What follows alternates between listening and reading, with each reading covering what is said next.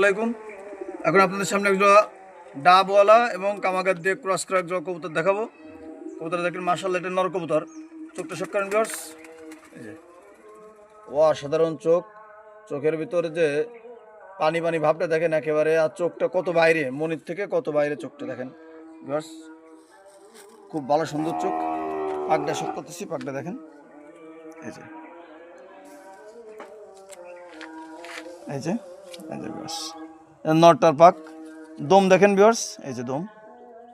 সব খোলা মিলাই আপনাদের সামনে দেখাইতেছি। যদি দুইটা ভালো কবুতর পালতে পারেন তাহলে আমাদের জন্যই সুনাম বয়ে আনবে। সেভাবে আপনাদেরকে কবুতর দেখে, এটা নর কবুতর, মাদিরে দেখাইতেছি। দেখেন ভিউয়ার্স, এই যে মাদিরাও মাশাল্লাহ, এই যে দেখেন ভিউয়ার্স, চোখটা দেখেন।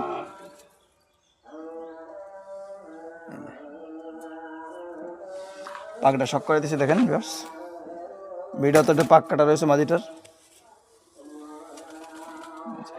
দমটা এই যে।